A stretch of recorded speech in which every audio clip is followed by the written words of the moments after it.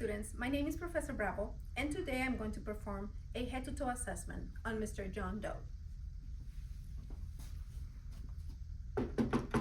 Yeah, come in. Hi, good morning, Mr. John. Good morning. My name is Carmen. I'm going to be your nurse today. How are you feeling? All right. Okay, can you please tell me your name and date of birth, please? Yeah, sure. John Doe, March 14, 1980. Okay, so I'm gonna go ahead and wash my hands, okay? Sure. Hand hygiene. May I see your bracelet? Sure. Can you please confirm again your name and date of birth for me? Yes, John Doe, March 14, 1980. Okay, very good. Okay, like I was saying, today I need to do a head-to-toe assessment on you. Is that okay? Sure.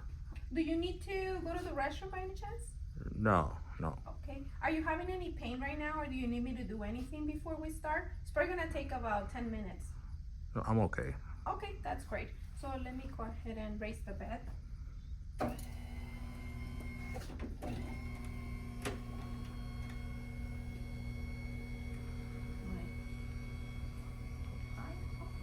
right there is good. I'm going to put the rail down. And I already did my 60-second assessment. I checked my environment. Mr. John Doe is breathing well. He doesn't seem to be in any distress. His skin color is good. I don't see any tubes or lines that are obstructing or are in the way. The smell in the room and the sensor in the room, the environment seems adequate. So I'm gonna go ahead and proceed. So Mr. John, I'm going to touch your head, okay? I'm gonna take a look at your hair, and then we're gonna go little by little all the way down to your feet. All right. Okay? Okay. So first of all, I'm going to assess your hair. I'm just looking. First, the process is inspection, palpation, percussion, and auscultation. So I'm gonna start here with the hair.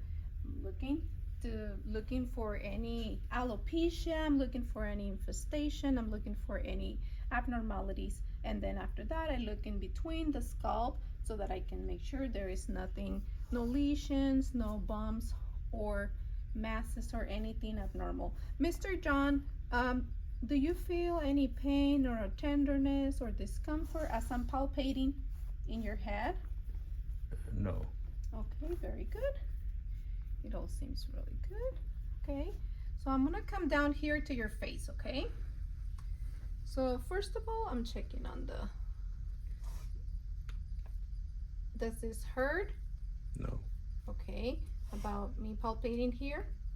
No. No. And again, I'm first inspecting as I'm coming down.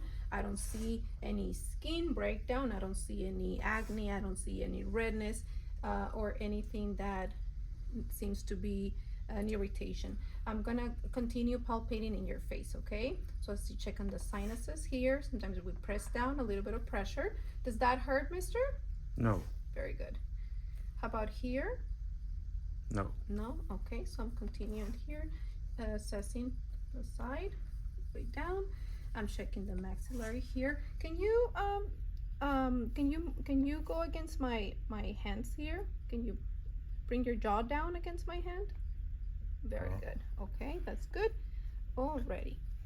So now I'm gonna assess your eyes. So on the eyes, again, first I'm going to inspect around the eyeballs, making sure that there is nothing abnormal, that I don't see any drainage, any excessive swelling, maybe. I'm gonna check, I'm looking to check on the eyeball, the sclera. So to check on the sclera, that's the white area. It should be shiny, it should be glowy. I need to press down here the eye so that I can check also for the conjunctiva to make sure there is no redness. It should be a nice pink color.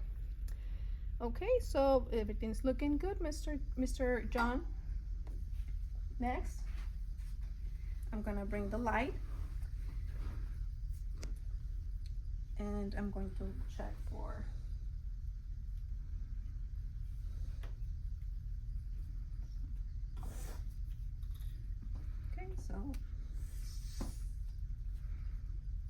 So first, I'm going to go, I'm gonna go by the cranial nerves. So the first one is actually olfactory. And then I'm gonna ask Mr. John to smell something. Mr. John, can you smell this for me? Sure. Can you tell me what it is? Smells like alcohol. Okay, so that is good. So cranial nerve number 1, it's normal, it's good. Very good. Now I'm gonna test your eyes. I'm gonna check for your optic nerve. I need you to please look at the, do you mind if I raise the head of the bed a little more? Not at all. I need you to stare at the clock there. Can you tell me the time? Sure. It's 6:45. Okay, very good. Okay, that's better. Okay, so now I'm gonna, and also can you move your eyes up and down for me? Sure. Very good. So, okay, that's vertical. I'm going to go ahead and check your pupils. So for that, I'm going to turn off the light. So just dim the light down.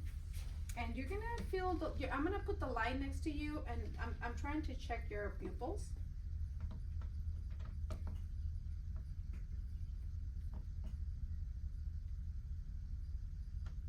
Okay.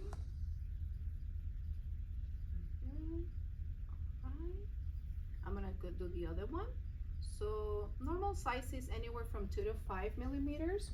So I can see there is a 1 to 2 millimeter constriction there with the lights, which is good. Can you now look side to side, Mr. Sure. John? With your eyes, just go side to side. Very good. Now we're gonna do something different. Now, can you stare at the clock again? Can you stare at the clock? Sure. And then look at this object right here. First, stare at the clock. So I'm looking for that accommodation. And then now look again to the light here. Very good. Okay, so I can see good accommodation. Now I want you to again look at my pen light, and don't I want you to follow my pen light with your eyes. Okay, I'm going to move it now towards you, towards your nose. Very good. So the eyes are crossing, which is what I'm expecting. Very good. So I already checked laterals and then up top to bottom, which is good. Now I'm gonna check for a little bit more on the accommodation of your eyes. So I'm going to ask you to please look at the pen light, and I want you to follow the pen light with your eyes only. I don't want you to move your face, only your eyes, with your eyes, okay? Okay. Okay, here we go. So I'm assessing for the cardinal points. Very good. Follow. Very good. That's good. Okay, so I just went ahead and assessed the cranial nerves number 2, 3, 4, and 5. Now I'm going to keep assessing your face. So for the face, we are looking to check for sensation. So can you feel my hands as I'm touching? Yes. Okay. Okay, very good. Now I want you to frown. Can you frown your eyes at me? Yeah. Very good. So what I'm doing is I'm checking for symmetry in both sides of your face. And also, can you smile for me? Yeah. Okay. Can you stick out your tongue? Very good. And then, let me see. Okay. So I had the patient frown and smile. Also, I can ask them to move their mouth. Can you close your mouth and open a couple times? Very good. Okay. So I'm checking that's for facial cranial nerves. Since I'm already here in the face, I'm gonna go ahead and go to the ears, which is cranial nerve number 8. I'm going to ask you to cover one of your ears, and I'm going to whisper something, and then I'll ask you to repeat those words back to me, okay? So Okay. patient's gonna cover his ear. I'm gonna say orange, orange apple. Can you repeat what I said, mister? Sure. Orange apple. Okay, so I went to the next, to the other ear, and I said a couple words as well, and he repeat them to me. Okay, so I'm now gonna proceed to go to the mouth.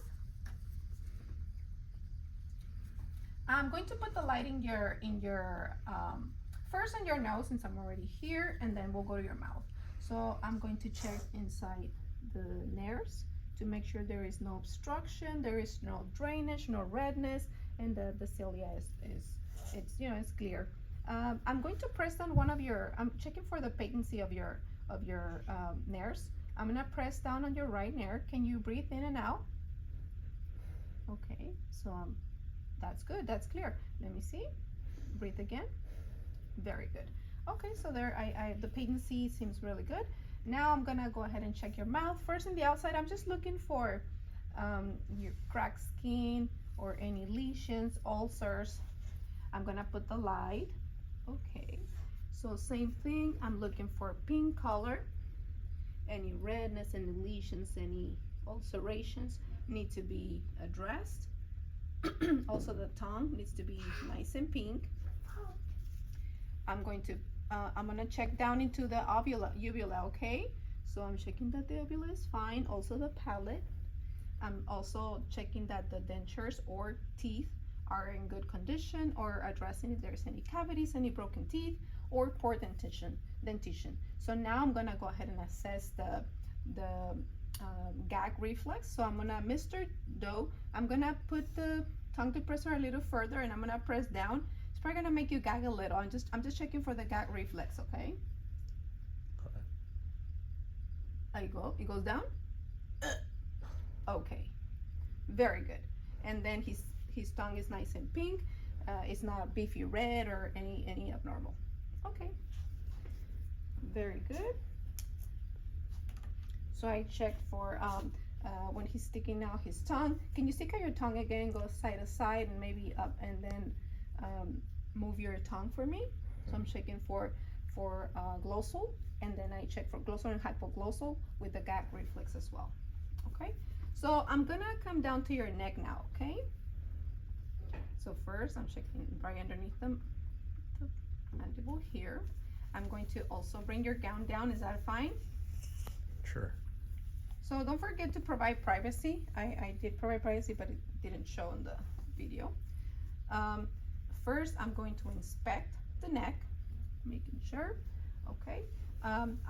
Mr. Joe, can you turn to the side, please? So he can turn to the side, wait a few seconds.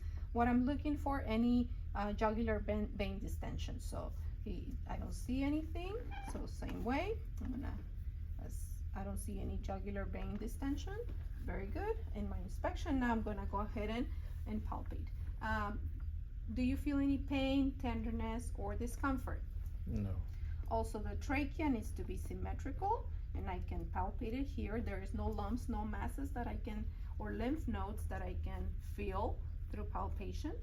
Okay, very good. And I don't need to do percussion here, but what I will do is locate my carotid pulse.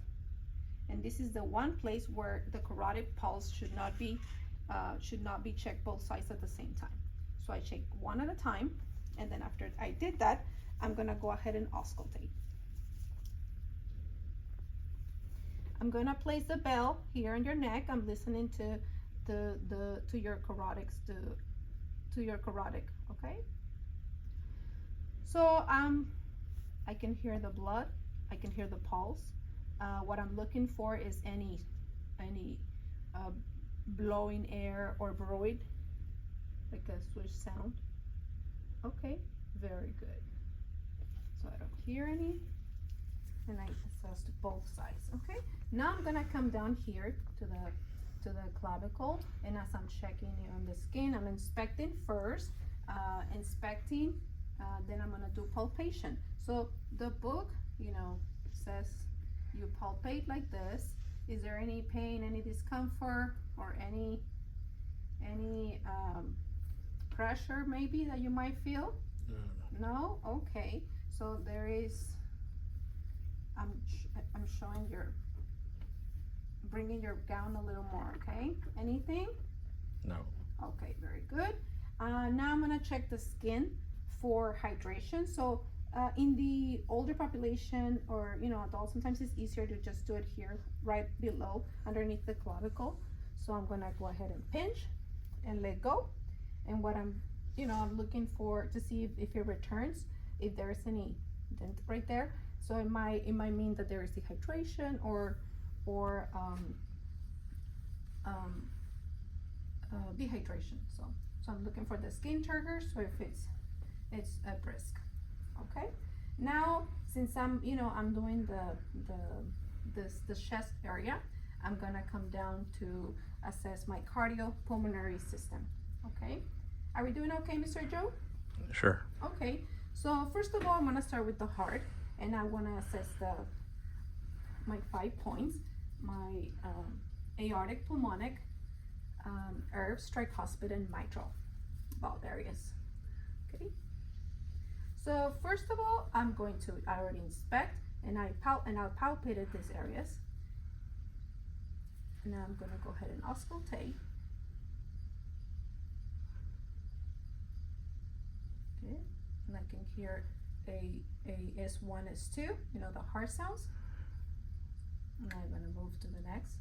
And they're in the second intercostal space, in between the aortic, pulmonic. They're both the same, and between the second and third intercostal space. And then I'm gonna go down. Okay, between the third and fourth and five. And I'm listening. S1, S2, looped up, looped up, looped up. And you might see that in some areas the lub or the dub might sound louder. And then so it's second, third intercostal space, fourth intercostal space for the tricuspid. And when I come down here to the mitral valve, the mitral, it's gonna be mid clavicle all the way down in between the fifth and sixth intercostal space. So I'm gonna go ahead and locate and then place and this is the area of the heart right here, the apex of the heart, where the heartbeat is going to sound more clear, and it's the best place for apical pulse. So I'm going to listen for the apical pulse for a whole minute. And what I'm looking for is a clear S1, S2 sound. Looped up, looped up, looped up, looped up, looped up. So I went ahead and listen for a minute.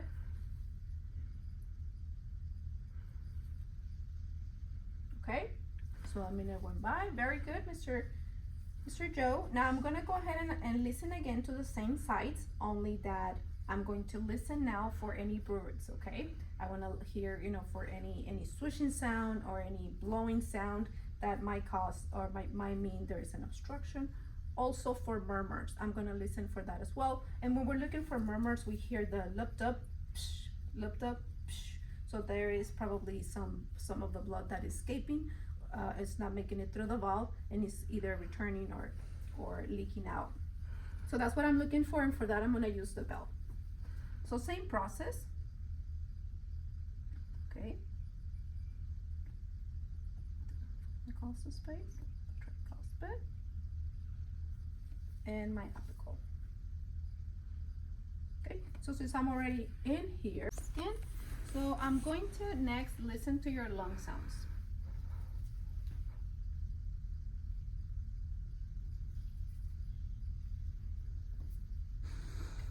So I'm going to first what I'm looking for with the lung sounds, what I'm looking for is adventitious lung sounds or abnormal lung sounds. I want to hear a good, want to see first of all in my inspection a good raise and fall of the chest, and then I want to hear clear lung sounds, that the same amount of air that goes in, that is inhale, is the same amount that will be exhale. Okay, so I'm gonna go ahead and start placing my stethoscope here above the clavicle, because I can hear for the tracheal sounds as well. And what you're looking for, what you want the patient to do, is a full inhalation, exhalation. Can you take a deep breath, Mr. John? Sure. Okay, and you could even do the tracheal, because that's gonna allow us to see or hear for any secretions that might be in the upper airway. So now we go here. The book mentions 12 sites that we assess. So it's here, 2, full in and out. Breathe in, out, very good, in, out. And then we go inward, out, breathe in, breathe out. So you're gonna follow the 12, so it's 6 and 6. And then we go out, you know, with the thorax, in and out, in and out. Very good. So I'm trying to listen for any adventitious sounds, as it could be crackles, rhonchi, friction rub, it could be stridor, I don't know, and crack wheezing. Wheezing, if we hear a high pitch, a low high pitch sound, it could, we define wheezing as, you know, fine, fine, middle, or medium, and or coarse as well. Same thing for the rhonchi, or the crackles, I'm sorry, for the crackles. Okay, so since I already assessed his cardiopulmonary system,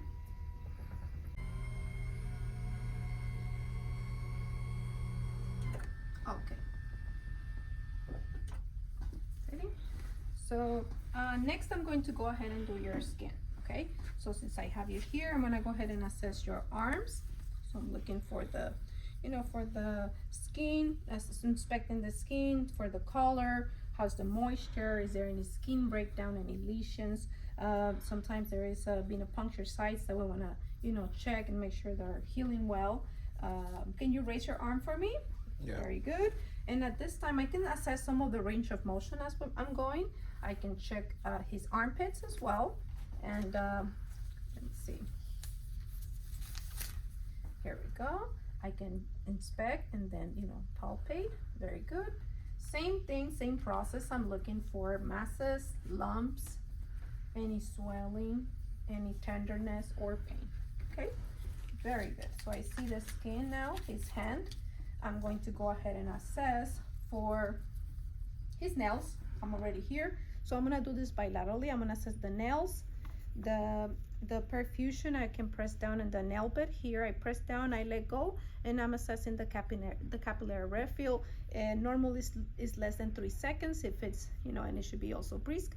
And I don't want them to be, you know, like delayed. Or I mean, that will be an abnormal finding. Okay, so you assess the capillary refill. Very good. Okay, and I'm going to also do the other arm. Now we're going to put the gown back here in your arm, and now I'm going to lift it up so that I can see your abdomen. I'm coming down to the abdomen. For the abdomen assessment, I want to have my patient as flat as possible. So he's able to tolerate. Are you feeling okay with the head down? Yes. Okay, so I'm inspecting the abdomen, and like I mentioned, the gastrointestinal system, when we're gonna assess that, we are gonna have a different process. We're gonna do inspection and then auscultation, palpation, and percussion. Okay, so right here I'm first inspecting. I'm checking for the breathing, again, the raise and fall of the chest, making sure that there is no use of accessory muscles. Sometimes there's sort of abdominal pulling that's involved, costal, intercostal, subcostal retractions. So that's when you see that the patient is breathing, and you can see the marks here in the rib cage area. He's having a normal breathing, no distress. He does have a little bruise there. So first inspect, then I'm going to auscultate. So we break down the abdomen in 4 quadrants here. My belly button is my margin here. So 4, and we have the right lower quadrant, right upper, left upper, and left lower. So we're always we start on the right lower quadrant, and then we're gonna work our way up here. Okay, so right, left. Okay, so I'm going to place my stethoscope, and in this this whole region, I'm going to go ahead and auscultate. And the auscultation, I should hear anywhere from 5 to 35 vowel sounds in 2 minutes. Okay, so here I am listening. Okay, so it's been 2 minutes. I go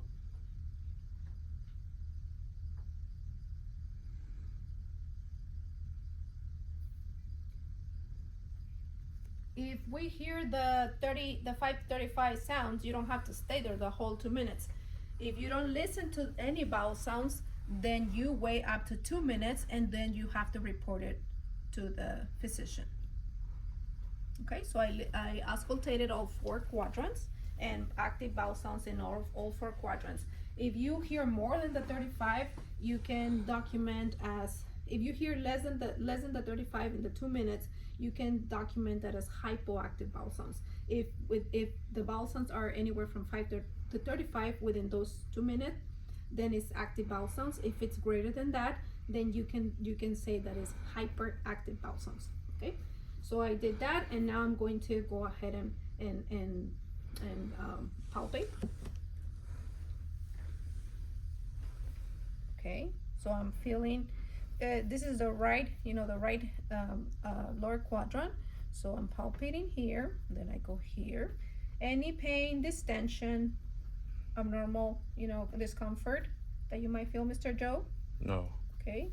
So right here, this is the right side. So the liver is towards the right side. Sometimes when there's inflammation or there's swelling, you can palpate the liver. You see, you can even, feel there's some distension right here.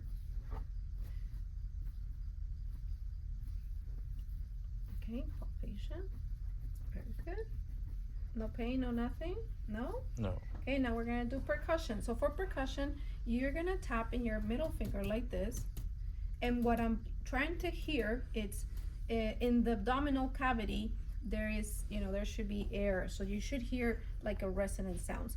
Resonance, like there is air in there. If I come up to the right upper, there is organs in here. So there is solid, there's masses in here. So I don't expect resonance to, I expect more like a dull sound. Okay, then go here. Very good. And sometimes our patients, they're distended, there's a lot of air. And when you're doing the percussion, you can clearly hear the resonance, that there is air. Okay, so we did that. Same when we turn our patient, to the other side. So very good, Mr. Joe. I'm going to now go down to the reproductive system.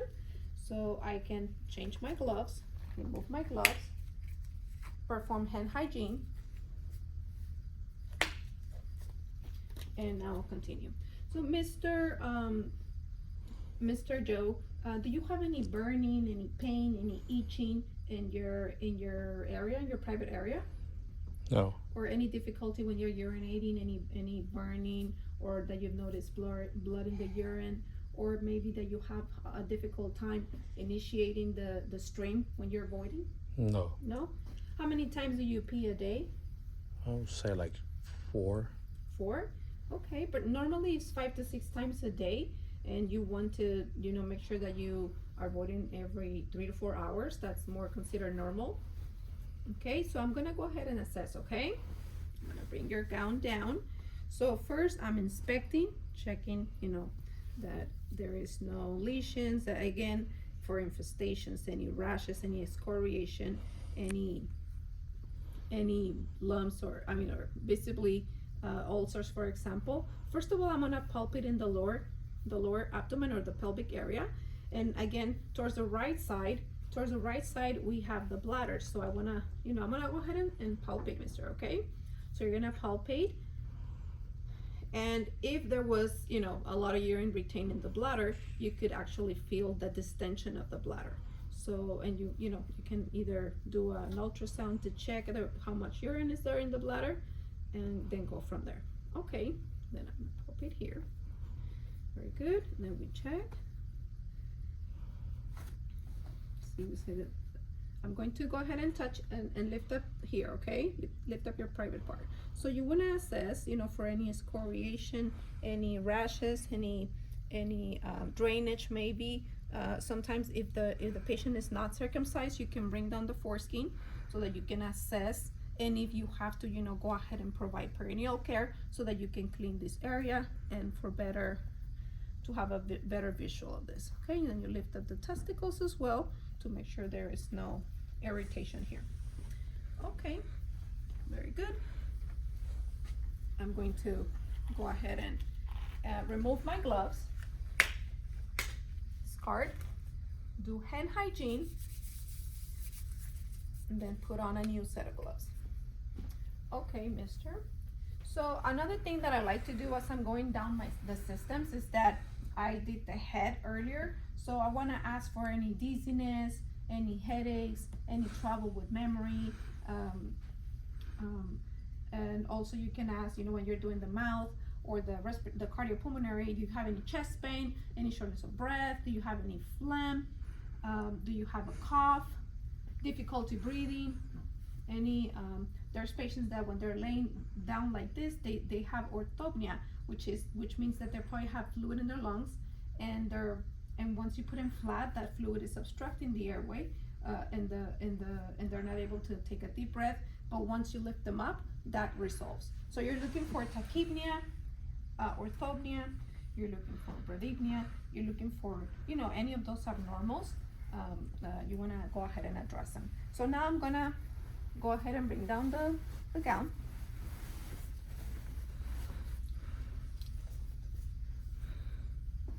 Okay, so I'm gonna go ahead and check his legs. So my bed is a little elevated in the legs. There we go. Well, since now we're in the musculoskeletal, we can do two things. Do you mind if I raise your head again? No. A little. There you go. That's good. Okay. How about you? I'm gonna go ahead and I have new gloves now. I'm gonna go ahead and check the strength of your hands. Can you squeeze my hands as hard as you can at the count of 3? Okay.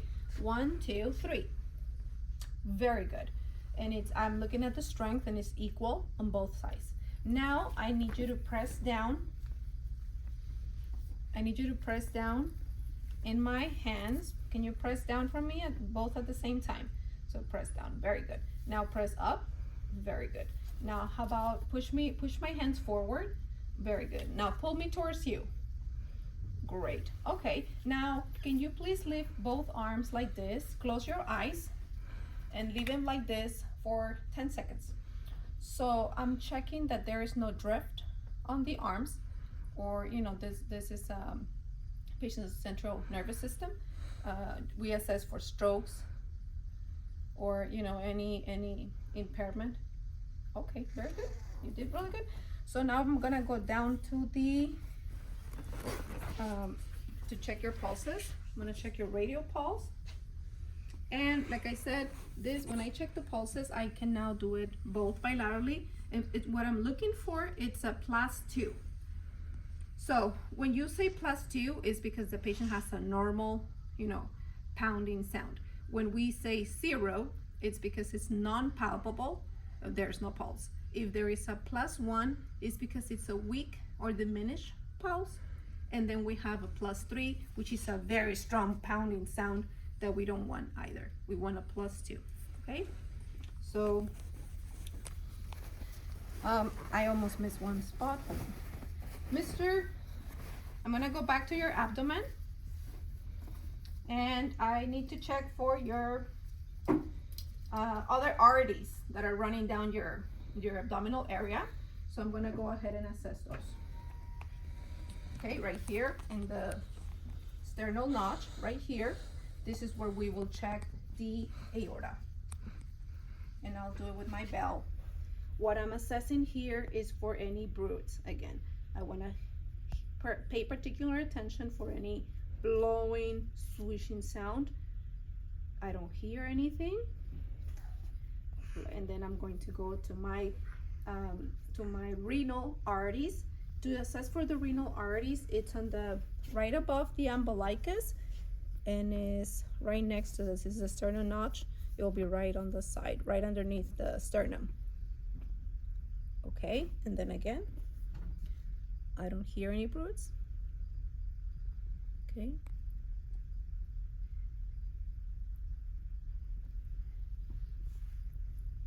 And then I'm gonna do the iliac arteries. So that will be, this is the umbilicus, is right below, right underneath, but you still wanna do like 2 inches to the side. Very good. Okay. Okay, and now I can go do like, 30 seconds, and then I can also check the femoral arteries. Okay. Very good. Okay. And I at this point I have checked the carotids, I checked the radials. You can go ahead and check the brachials. Very good. +2, +2, +2, +2. Very good. Now I can cover my patient and I can come down to the legs. Very good. So on the legs, same thing, I'm inspecting for any scars, any rashes, any lesions, any skin discoloration. You even want to check the hair growth, because that has a lot to do with circulation and perfusion. So you check, and now I'm going to go ahead and inspect. Mister, do you feel any pain? No. Any tenderness? No. No? Right here in the back of your knee. Right here we have the popliteal pulses as well. I'm assessing for both. +2, +2. Okay? So I'm checking on the skin. Very good. I can ask my patient at this point to, if they can bend their knee, to see if they're able to flex and extend. Very good. Also, I can ask them to lift both up for 10 seconds and see if they can manage, or if they have a drift again. Okay, so no. I can also check for the dorsal pedis pulses. And for that, I actually recommend that you come to the side of the bed and assess for pulses.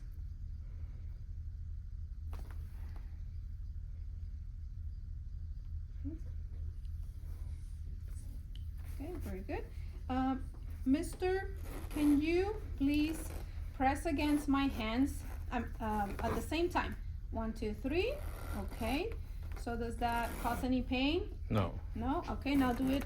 Let's do it this way. Can you flex your feet towards my hands? Very good. Now you can lift up your leg. Same thing. You can ask them to, press down or up to assess for that. Same thing, up and down. Okay, very good. And he, I'm also listening for any crackling sounds or crepitus, anything like that, that might, be abnormal. There is a test, it's called Hohenstein. When we do the Hohenstein, it's not a diagnostic for deep vein thrombosis, DVT, but it does give us an idea, and it helps us suspect maybe if the patient is having a DVT condition. So DVT, deep vein thrombosis, usually comes accompanied with unilateral swelling. There will be, like, you can check the circumference and you'll see you'll see it's greater than it's not both at the same time. You can also check for skin discoloration.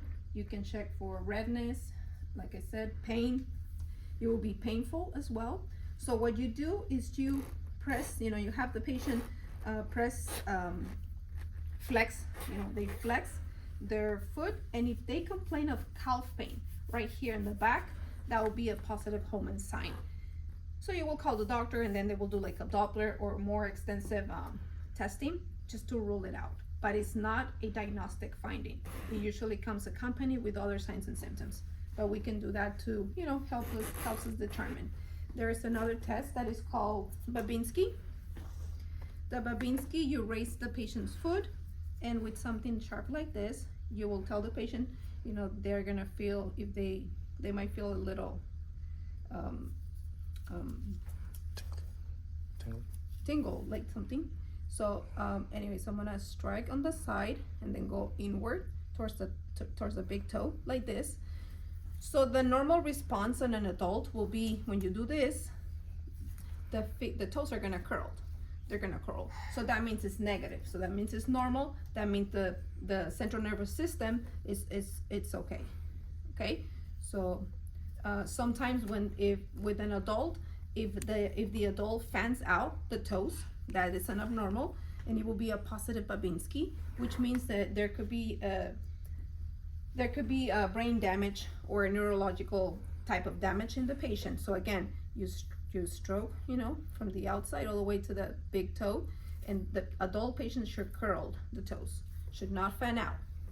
With patients that are 2 or younger, 2 years old or younger, is completely opposite. When you do the Babinski, when you do it, they're supposed to fan out. That's normal. If they curled, that means they have some, maybe they have a brain or neurological damage, okay? So as I'm doing the feet now, I'm going to check them between the toes very well. I'm gonna check on the nails. I'm looking for, fungus, if it's too thick. Also the Cadbury feel, you wanna go ahead and press and then let go. See if there is, the return of the blood in the nails. When the patients have fungus, it's really difficult to assess, but you can do, press down on the toes maybe to see. Also, you're looking for sensation. Can you feel my hands here? Yes. Okay, now I'm going to ask you to close your eyes and tell me when you feel like tickling maybe in the soles of your feet. You let me know when you do. I feel it. Okay, that's good. Sometimes patients with diabetics or they have a neuropathy, they don't feel anything, or in some areas of their extremities, they might not feel that sensation. So you want to go ahead and address for that. You also lift up their foot and you assess the heel area, both. You want to make sure that you pay very good attention, because this is any bony area could be in a high risk of developing a pressure ulcer. So any bony area, the ankles, the elbows, the hips, in the back, the coccyx, any bony area is at risk. So we have to also pay particular attention to those areas. Okay, mister, I'm gonna change my gloves once again. I put hand sanitizer.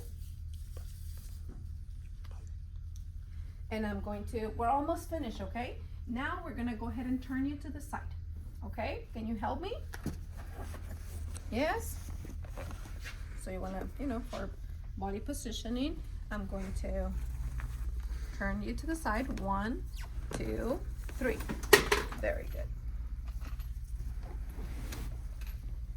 Are you okay?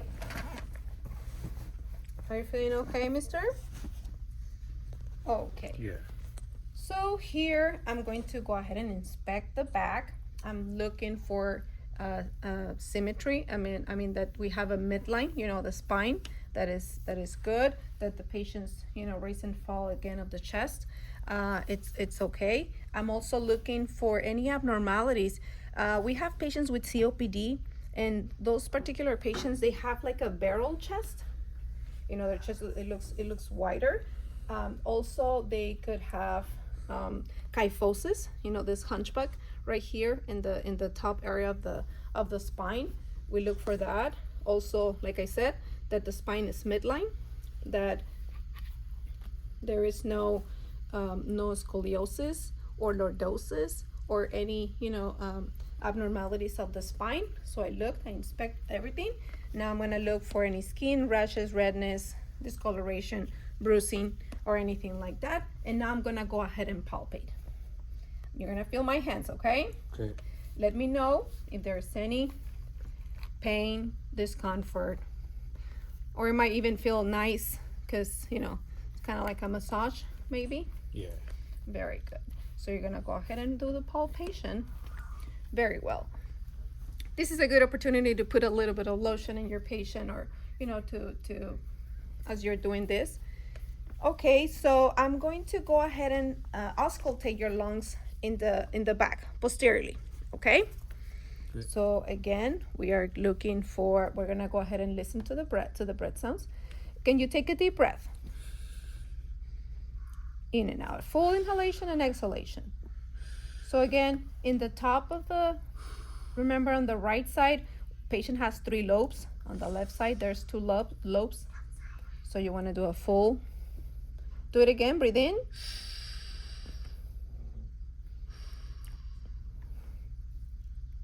Breathe in, breathe out. Okay, so we have 12 sites with 12 locations anteriorly, 14 locations posteriorly. and then we go down. How do you know where to assess here? You know, for lung sounds, we start off, you know, in the out. You see you see the spine is right here, right in between the spine and your scapula. Okay, right here. So right in between, you go there, you go here. Right in between the spine and the scapula. Okay. And then you go breathe in, breathe out, breathe in, breathe out, breathe in, breathe out, breathe in, breathe out, breathe in, breathe out, breathe in, breathe out. And you go then to the outer. Breathe in, breathe in, out. Very good. So now we're gonna go ahead and do percussion. So percussion again, in the lungs, I'm looking for resonance. Unless there was, you know, fluid in there, I will hear more of a dull sound. So you're percussing. Okay. In a human, obviously, it will sound differently than the mannequin. It's like more resonant. Okay, so I did my percussion. Now I'm gonna go down here to the coccyx, to the back, you know, to the back. So I'm here looking at the coccyx area, the sacral bone. Right here, like I said, this is a very prominent bony area where pressure ulcers often happen. Oh, it's right here. And you're gonna assess for that. You check, you inspect, you know, the buttocks, you inspect the other bony areas. Then we're gonna go ahead and palpate, you know, make sure. Any discomfort, any pain? No. If you're suspecting the patient has a pressure ulcer, like right here, there's some redness, you know, right in the inner gluteal area. So you can, you know, press down to see if it blanches. And then you will assess, you know, for that. You open the buttocks to make sure, you know, the rectum, it's clear, there is no creases, there is no fissures, there is no hemorrhoids, there is no bleeding or any abnormality. So you go ahead and assess all of that, all of the area. Very good. And then, you know, the upper thighs maybe as well. Any area that you weren't able to see when the patient was, you check for their sensation as well. So it's good. Okay, Mr. Joe, we're doing really good. I'm gonna bring you back and then come down. Very good. So I have my gloves right here. I'm gonna go ahead and remove my gloves because I touched the perineal area. Hand hygiene. And then put on my gloves, my new set of gloves. How are you doing? All right. We're gonna move together. I'm gonna try to put you move you to the center of the bed, okay? Can we do that? The count of 3. 1, 2, 3. Well, in this case, he's very mobile, so he can help me. If you needed to lift him up, you would need a second person so that we can both bring the patient up. You would ask the patient to put the hands on their chest. And then at the count of 3, we will bring him by the chuck. 1, 2, 3. Very good. And now, Mr. Joe, I'm going to apply the pillow. And we're going to cover you up. How are you feeling? All right. Okay. So thank you so much for letting me do the head to toe assessment. I'm going to fix your gown. Do you have any questions? No. Okay, so I'm going to go ahead and lower your bed. Put the cold light up here at reach and your bedside table. I'll be back to check on you, okay? Okay.